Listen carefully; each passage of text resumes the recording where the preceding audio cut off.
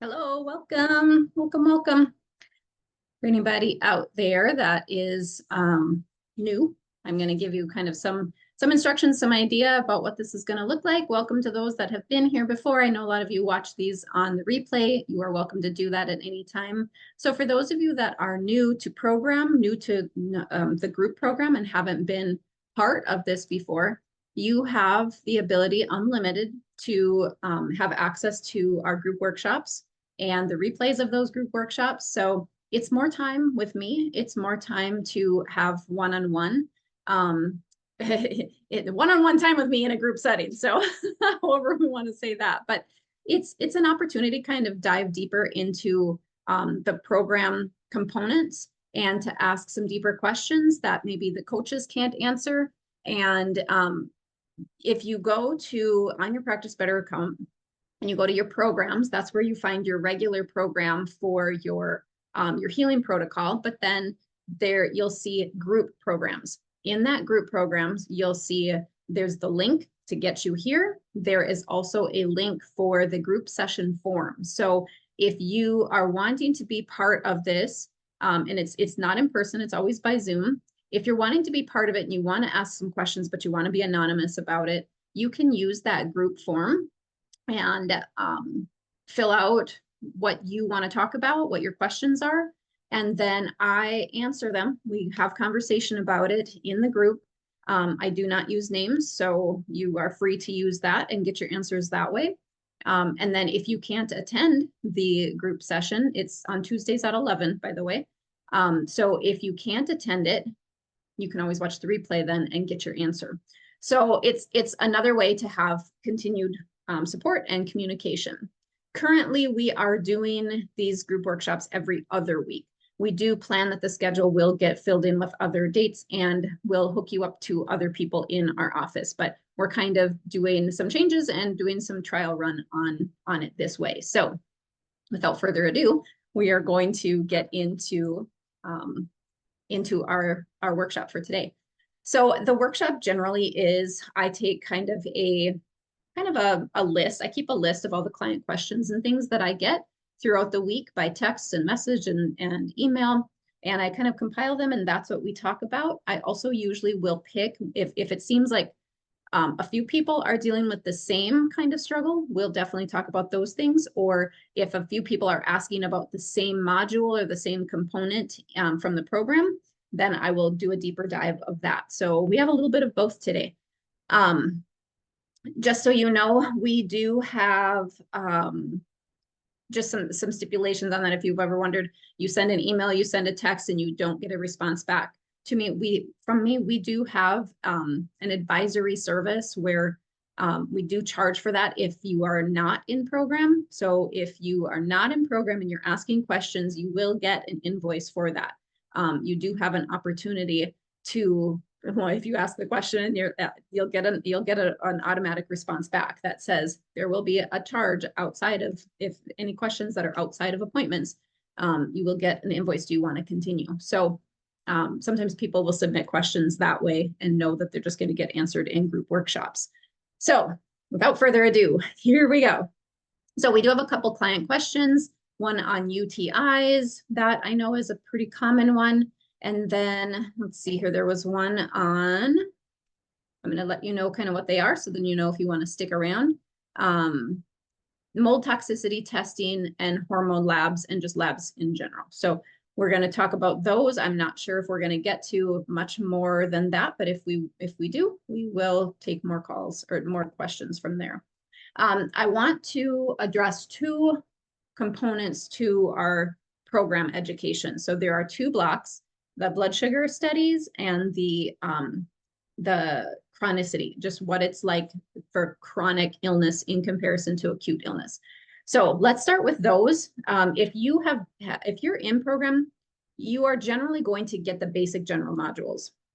Your protocol layers on top of that. So that's where the individuality comes from. But the program modules themselves are what I have studied and researched and then case reviews of the thousands of clients that I've worked with and what was the most beneficial to the highest number of people. Those are the therapies that are in our center And those are the lessons and modules that are in my program. So everybody kind of learns these core things, and then your individual protocol layers on top of that. Your journals, your nutrition education, that layers on top of that. So the blood sugar and the chronic health issues, those are a common tenet that everybody really does need to know. So I want to go deeper into those and make sure everybody has a clear understanding of that. So if you haven't gotten to those modules, it doesn't necessarily replace the module. You're still going to talk with your case manager or coach about it. But this is our ability to have some time to have deeper understanding. So blood sugar is a huge key primary part of all of your healing. So whether you're coming in with headaches, or you're coming in with skin rashes or chronic hives or digestive stuff, or nothing having to do with blood sugar, you still have everything to do with blood sugar, because it is such a representation of what your nervous system is doing, and the communication from that nervous system to the metabolic system, to the cells themselves. So blood sugar is a huge part of that. So we all do need to have an understanding of that. Blood sugar is the level of blood or level of sugar that is in your blood at any time. So if you were to do a blood test, that's where they read your glucose or your A1C numbers. Everybody pays attention to this when they're concerned about diabetes, but it so goes beyond that. Sometimes people will start paying attention to it when they're trying to lose weight, but it so goes beyond that. So let me kind of let's kind of go back to that basic. Remember, for those of you that haven't gotten to this part in the program, I'm going to kind of condense things, but the very first thing that we have to learn about the nervous system, it will be in module, I think it's A5, I believe it's A5.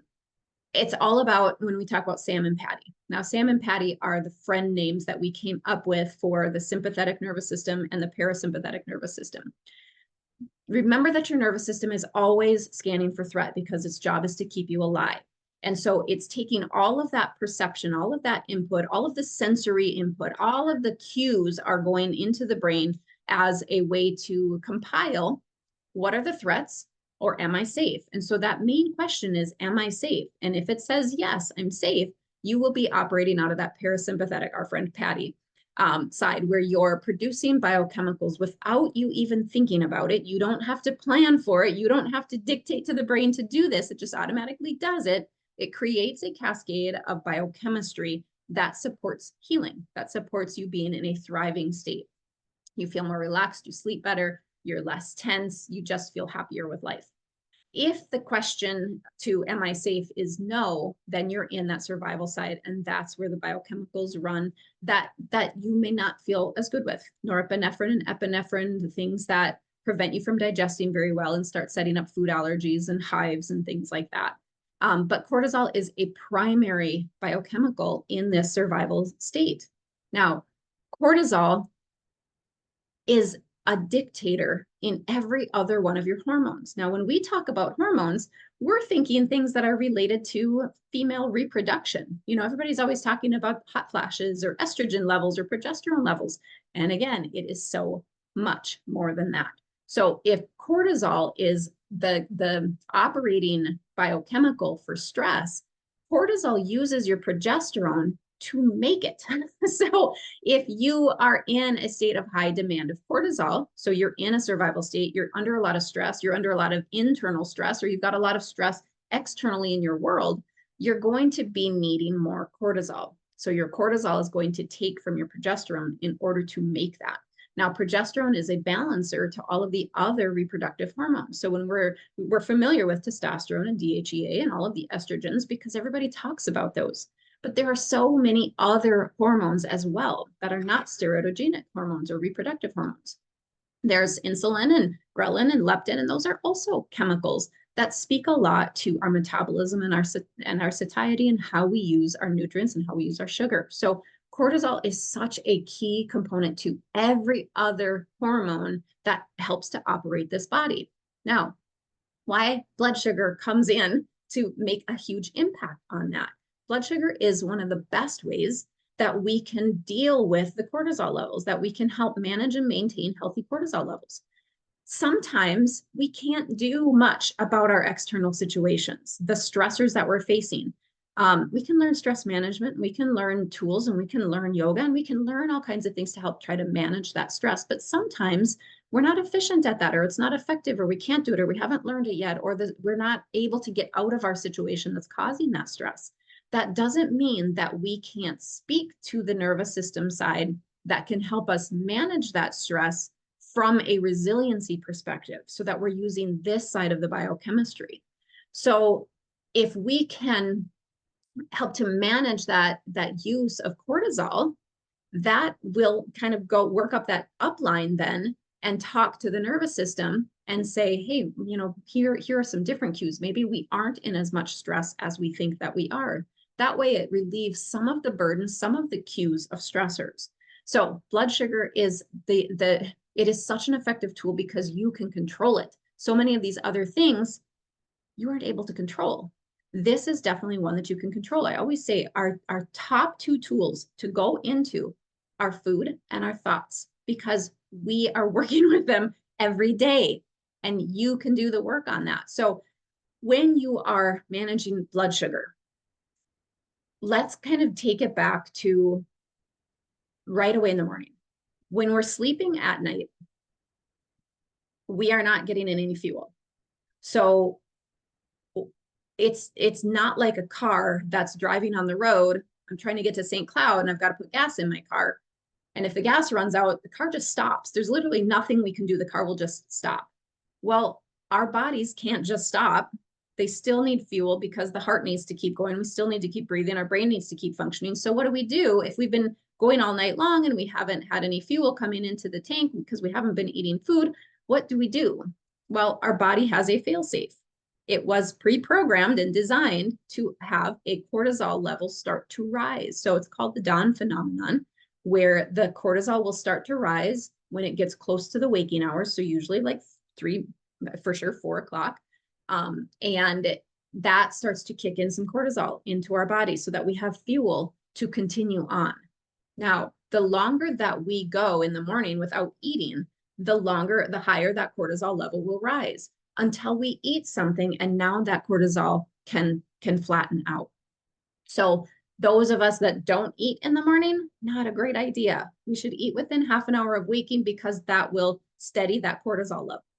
If you let it keep rising, there is nothing in the rest of the day. You have set yourself up for metabolic failure, because there's no food that will reach that level of energy. So those of you that are feeling chronic fatigue, or just that I have no energy, it's likely that your cortisol is too high, and the foods that you're taking in are never going to meet up to this jet fuel that cortisol provides. So you're going to feel less performance worthy. You're going to feel less energy. You're going to feel just a little duller. Do you ever notice how when you're in a stressful situation, you can stay awake for so many hours and you can go, and you can accomplish all of these tasks that you can't normally do. And then after the stressor is over, you kind of come crashing down. Well, when you're operating on cortisol continuously, you get a lot done. It's very accomplishing, but that's not helpful for our body. We should not stay at this peak. We should not stay using cortisol like that, because eventually our adrenals do crash. And that's a harder thing in the nervous system to recover from. So one of the first things we can do to manage that cortisol is to eat within a half an hour of waking in the morning. We can talk about fasting sometime in one of our workshops. I'm not a fan of fasting. I know that it's a really popular trending thing right now, because I work with the people that I do, chronic illness and trauma and anxiety. Fasting is not usually a great thing, because we're already mismanaging cortisol. So if we eat right away in the morning, half an hour within waking, we can drop that cortisol. And now the things that we're eating throughout the day can actually provide us energy that matches that level that cortisol got left at. So we don't feel as sluggish during the day. We feel like we've got enough to keep fueling us.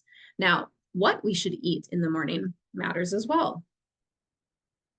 The American breakfast with pancakes and donuts and muffins and eggs and bacons and drive-through things. What we actually want to provide our body with is protein.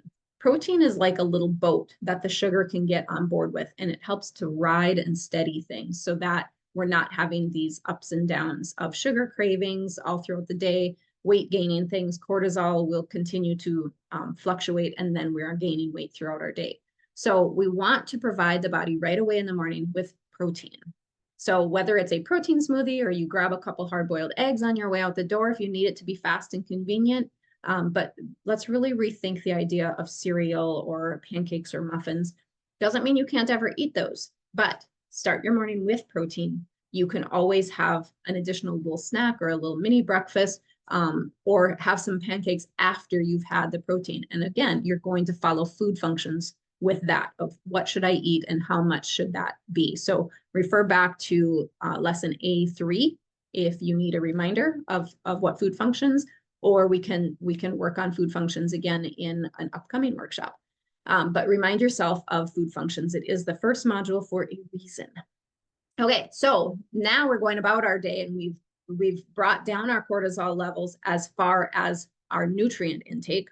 What we can do through the rest of the day then is don't take long gaps in between meals, because if we have a long gap between a meal, cortisol is going to have to start rising again. And so now we've got the same problem again, and we're going to get these highs and lows then that we feel. And it's definitely going to affect our energy. So if we can shorten our time in between meals, 3 to 4 hours is generally okay. If you have been in a chronic state of illness, it's going to be shorter. I remember when I was at my worst and I was going through the deepest part of my healing, I had to eat like every 45 minutes. It was because I couldn't take in much at a time and my body couldn't digest much at a time. And so I had to listen to the cues of my body, and I learned that 45 minutes was what it took for me. I would burn through things that fast. So we have to listen to the cues of the body so that you learn what your body is needing. But in general, it's no longer than every 3 to 4 hours between meals. And then your blood sugar will not be doing the ups and downs, which means your cortisol is not going to be doing the ups and downs. So that's the second kind of big thing that you can do to balance your cortisol levels. The last one that we're going to talk about today is when you do your workouts, again, you have to pay attention to the cues of your body. If you feel so tired and just worse after a workout, it's too much, it's too hard. Especially when we're working with chronic illness, it usually is not the HIIT exercise and the intense cardio and the P90X and kind of the crazy trending things. In our FitBay, we are remodeling, by the way, and we are rebuilding our FitBay, and it is a neurogenic FitBay. It is meant for more the neuromuscular connection exercises and more for zone 2 thermogenic. So it is not a bodybuilding FitBay by any means. It is for us to have the nervous system speak to the muscles. So, and balance your blood sugar and cortisol. It is more a vitality and health promotive type FitBay. So the things that you can be doing at home or at the gyms that you're participating in, it isn't about the swapping, the circuit training. That's not necessarily where we want to be for chronic illness. It's more about the duration and the longevity of the exercise and keeping it within a heart rate that is right for you. So if you had an appointment with me or at your MPA, usually your MPA, the first MPA that you have, mid-program assessment that you have, usually we'll talk about exercise at that one, and we can calculate what your heart rate variability, or what your heart rate should be during exercise. If your heart rate should be between 140 and 160, if you're going over that in your workouts, you are now using cortisol to handle the stress that you're putting on your body. And now you're actually gaining weight for the length of your workout. So that's kind of the third really big thing that we can do in balancing blood sugar and cortisol to have that overall decreased impact of cortisol on our body. If we are having nice balanced cortisol and we are not having blood sugar swings, guess what information that sends to the brain?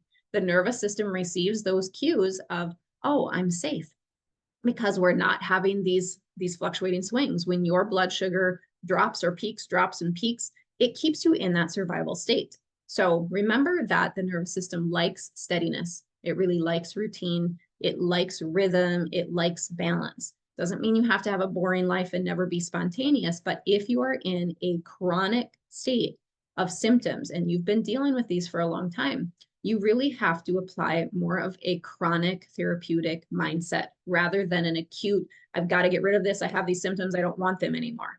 You have to take the approach of what messages is the body sending to the nervous system, because that is going to dictate to the metabolic, the immune systems, and the cells themselves. Excuse me. And so pay attention to that. If you have had symptoms for a long time, and if you are in program, that's generally where you're at. You are in a chronic state. So you have to look at things quite a bit differently, which moves us into our next topic, the difference between chronic symptoms, chronic illness, and acute concerns. So if we have acute concerns, acute is like, a headache pops up. Let's say you don't have headaches all the time, but let's say a headache pops up for whatever reason. The acute model of that is, I have a headache, I don't want the headache, I need the pain to go away. So I'm going to try Tylenol. Did that work? No. I'm going to try ibuprofen. Did that work? No. I'm going to try naproxen. Did that work? Yeah, sure, that one worked. It's a cycle of trying to find what works to stop that acute thing. Now, obviously, and then the headache's over.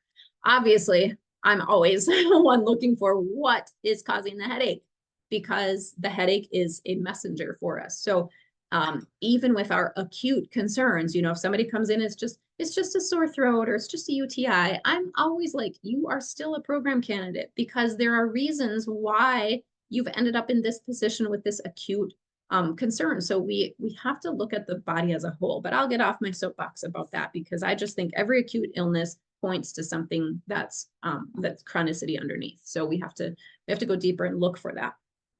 Most of the people that are working with me or in our office they are chronic symptoms. So here's what I need you to understand about chronic. Okay. Everything is about what the nervous system message is, because that dictates the chemical messengers that get down to the cells. And the cells are what's going to be your outward expression. This is going to be how your body is performing, acting, looking, living, and breathing. So the cells need to have nutrients come in, they need waste to come out. And if they do that well, when they reproduce their cells, they're going to be nice, happy cells. Where your body is at right now, so your body is at a stasis, it's at a level that includes the program that gives you exactly the expression that you are. So all of your symptoms, what your body's composition is, your weight, your shape, all of that is included in what the cells know to be you right now. And when they duplicate themselves, when mommy and daddy cells duplicate the next generation of cells, they're going to look exactly the same. The program continues with them. They're just going to duplicate the exact same model. It's like a copier, it's a printer. It's just printing again and again and again, the exact same program. So cells change all the time, but you haven't put in new information. So the program is going to continue, which means the symptoms are going to continue. And then all we do in our conventional wisdom is try to find the thing that stops the symptom. What really needs to happen is we have to change the program in the cells. So if we put new information in, that program is going to change slightly. And the next generation of cells is going to look a little bit better.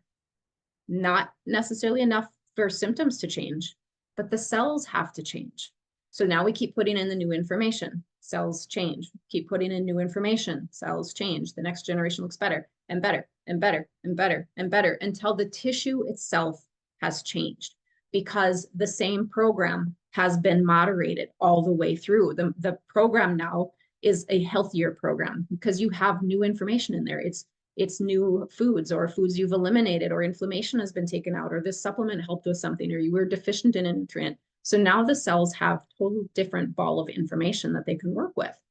Now the symptoms start to come down because the tissues look different, and the symptoms don't have to be there anymore. So when we're in a long-term program working together, like you are in program, the symptoms are there as a good conversation piece to get your attention, but they become a poor marker to know how the cells are actually changing. We have to actually watch the cells for that. And that's why we do like the cellular bioenergetics, so that we can see the vitality or imbalance or dysfunction that's happening within those organs and systems. So when you are dealing with chronic symptoms, That is the key to it. Excuse me. It is not that you haven't found what's wrong or we don't know what's wrong. It's that it needs time. It needs time for the cells to change, for that program to get deleted so the tissues look different. If all we do is band-aid and cap the symptom, it's like, oh, you know, it worked when I put this cream on my hives and that worked. The next time the stressor comes around, now we've got the hives again. And what we want to do is we want the program to be different so that the chemical message is different and what the cell's program is different. So I know in my personal situation, IBS and IBD was one of the things I was diagnosed with, and that's never expected to change. Autoimmune is never expected to change. But it's interesting. We know that stress is heavily linked to those diagnoses.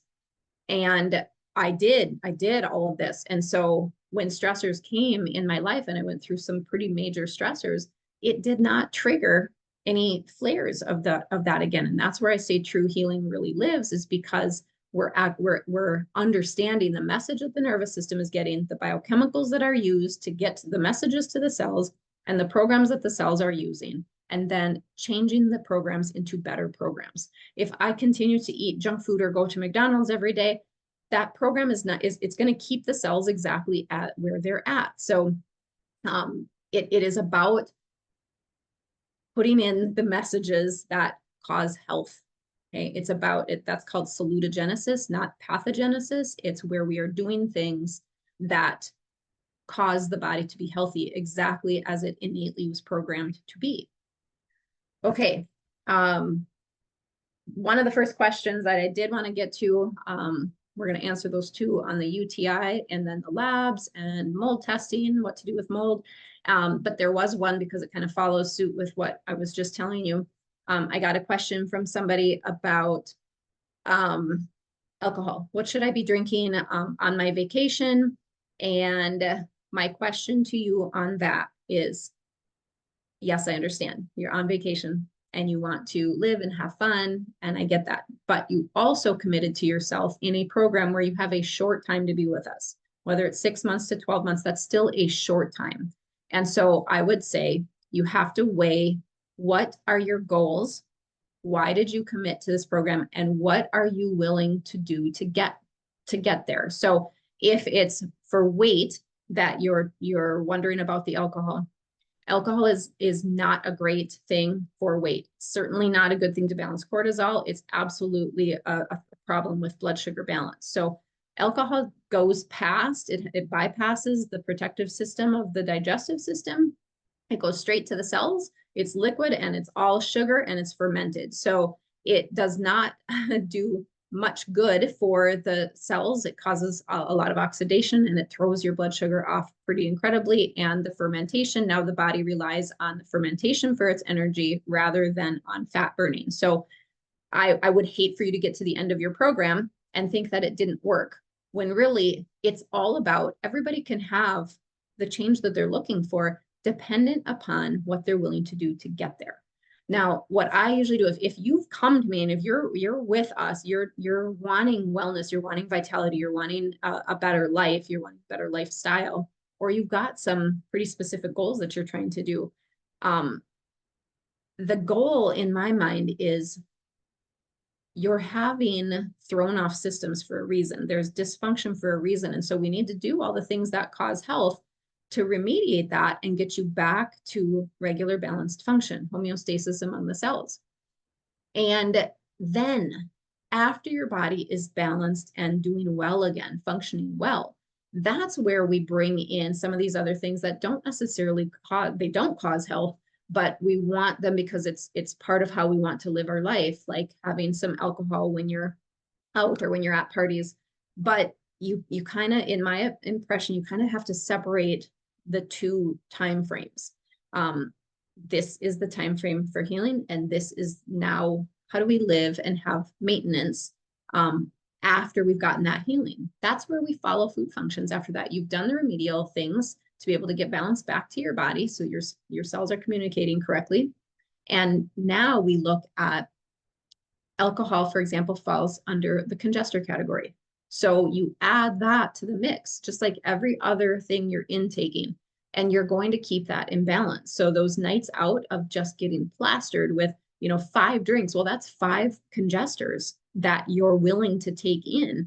And if you do that, it's not going to keep you in a balanced, healthy place to keep moving forward in your life. So then we have to talk about, what are your life goals? What are you wanting to experience? And how can we have a drink or two?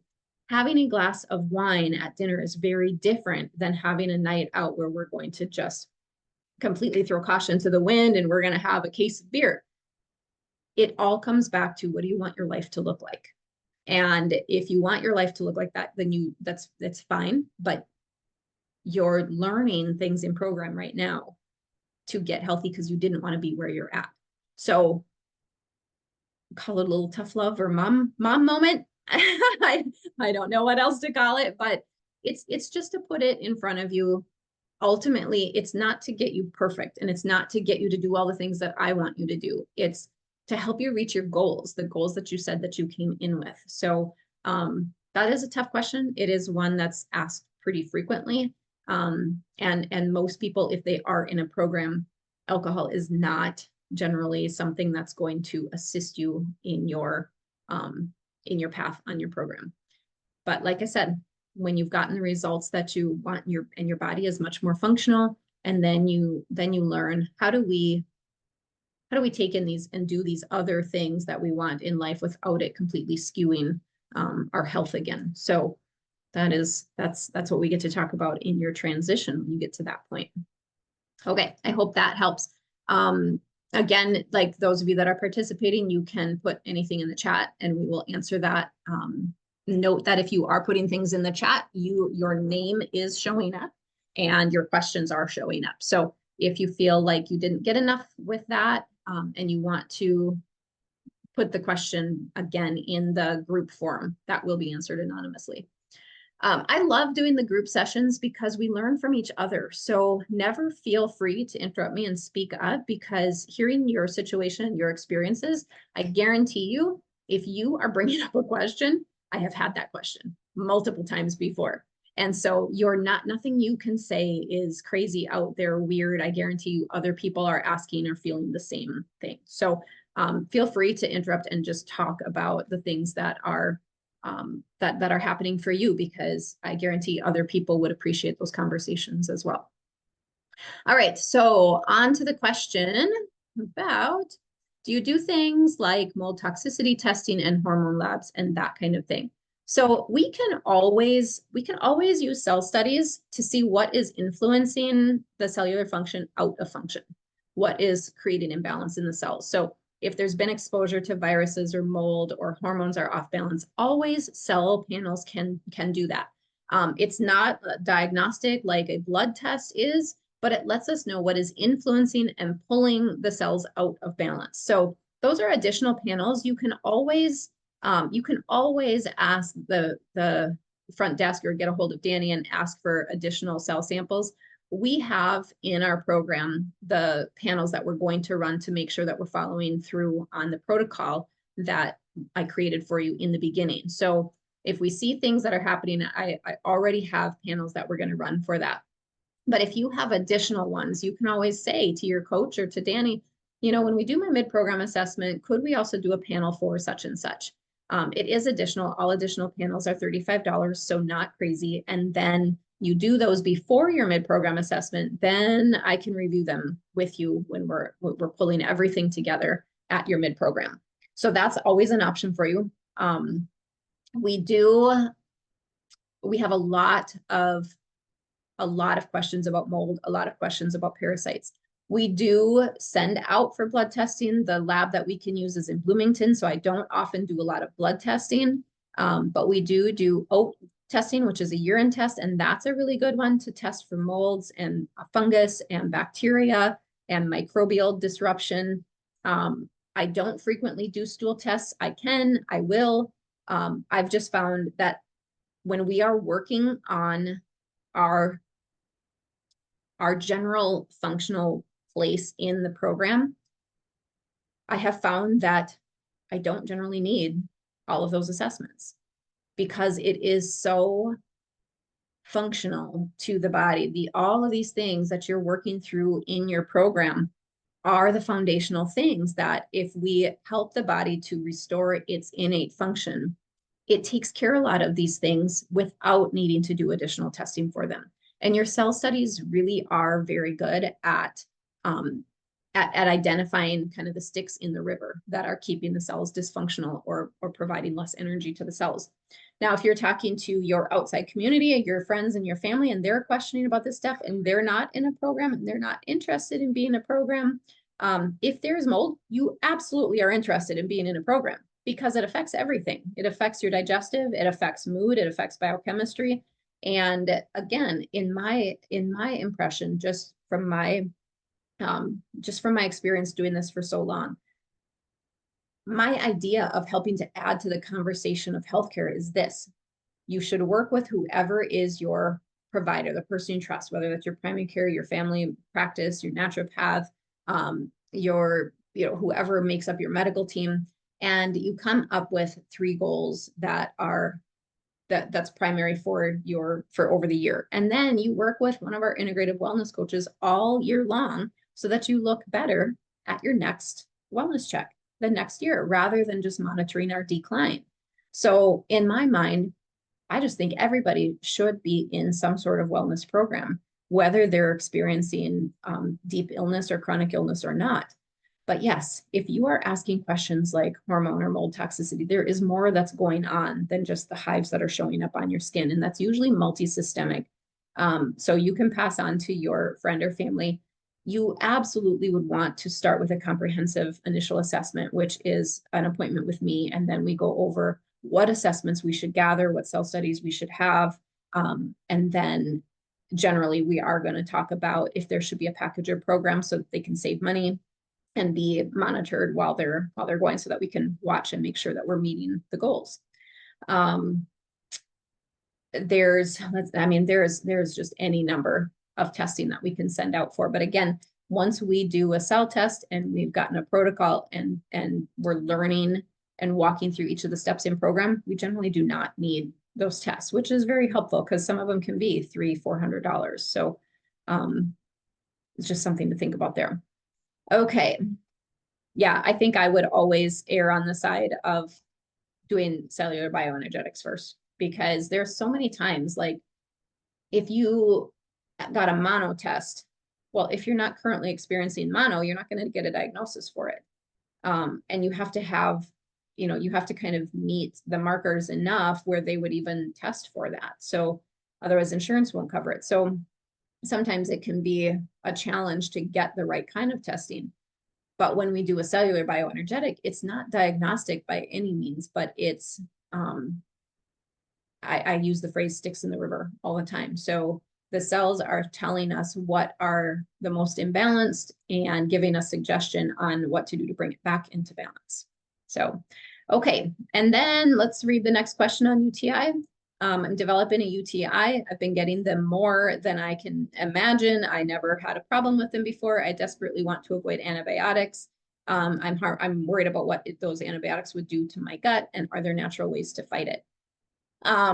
So what I can tell you, what I will tell you, because I want to make sure that I am being in my lane and with integrity, I can't answer these kinds of questions outside of appointments. I can't treat a UTI, but I certainly can see what is imbalanced in the urinary bladder system. And we definitely have some natural ways to support the imbalances that we see there. So there usually will be some microbial imbalance. There'll be some inflammation. There'll be some nutrients that are deficient or toxic. I remember I had a woman who, it's very hard to be toxic in B vitamins, but she was not clearing them well. We did end up doing a genetic test with her, and she doesn't break down and metabolize B vitamins very well. And they were causing irritation in the lining of the urethra. And there's been other ones where, let's see, there was some blood sugar issues. Blood sugar issues are a common one with UTIs. Mold, yeast, fungus, that's a common one with UTI. And so it's a very different support system. If you go to your doctor and you have to take the the urine test, and then if it meets the markers, then it'll give you an antibiotic, and sometimes they'll give you an antifungal at the same time, but not frequently unless you failed the first round of antibiotics. But again, what we use is we look at what is imbalanced about the system. We look at your nutrition and what's supportive and non-supportive, and then we provide balancing supports for that. So I absolutely cannot do that outside of appointments. We definitely have to evaluate. I always say UTIs can turn quickly if they're not taken care of, and we don't want to get into kidney infections and things like that. I did handle my own UTI and kidney infection, but it was a challenge for me, and I live and breathe this stuff. So I would never feel comfortable saying, oh, you don't need medical care for that. Always, always, always, to stay in my lane, I need to say, you need to go to medical care for your acute concerns. But especially if this is like a chronic thing, that's a really good opportunity for us to take a look at what is imbalanced, what is not functioning correctly in the systems. And there's a lot of things that we can do to take a look at that. So if you are experiencing that, yes, we can help, but we do have to have appointments with that, and then see what your body is asking for, what it's deficient in, and what the balancing protocol needs to be for your body. Okay, let's see. I think that's all the questions that we're going to get at today, and I don't see anything in the chat. I'm going to close up the workshop for today. The next workshop, when will we be? Give me a second and I will pull up that calendar for you. There will be a point where we'll be doing these every Tuesday at 11, but until we have our schedule accurate with that. So the next workshop, March 3rd, Tuesday at 11, and March 17th. So those will be the dates for March workshops. Probably the 31st in there too, but for sure the 3rd and the 17th. Danny is a good one to know what the dates are. So if you're wanting to participate in a group and you just don't know how or what the next dates are, she is a great one to get you the link and to help you know what the next workshop dates will be. Okay, guys, I'm going to let you go. We will see you at the next workshop.